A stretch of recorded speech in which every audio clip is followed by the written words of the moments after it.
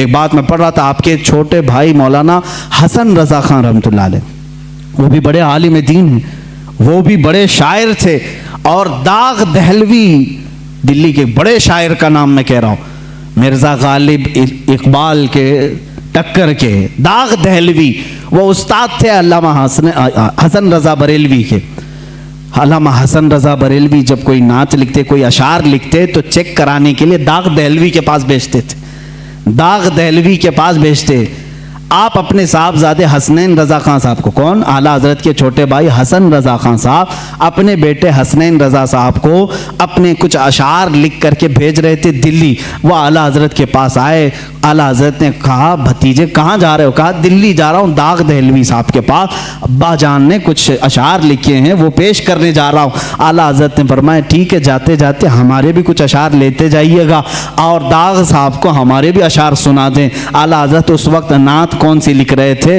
उनकी महक ने दिल के गुंचे खिला दिए, जिस राह चल दिए हैं कूचे बसा दिए हैं, उनके निसार कोई कैसे ही रंज में हो, जब याद आ गए हैं सब गम भुला दिए हैं। अल्लाह क्या जहन्नम अब भी न सर्द होगा, रो रो के मुस्तफ़ा ने दरिया बहा दिए हैं, मेरे करीम से गर कतरा किसी ने मांगा, दरिया बहा दिए हैं दुर्बे बहा दिए हैं। ये पूरी नात लिख रहे थे और जल्दबाजी में थे, पूरी नात लिखा, अपना मक्ता जिसमें शायर का तखल्लुस होता है वो नहीं लिखा, पूरी नात लिख करके अपने भतीजे के साथ पेश किया।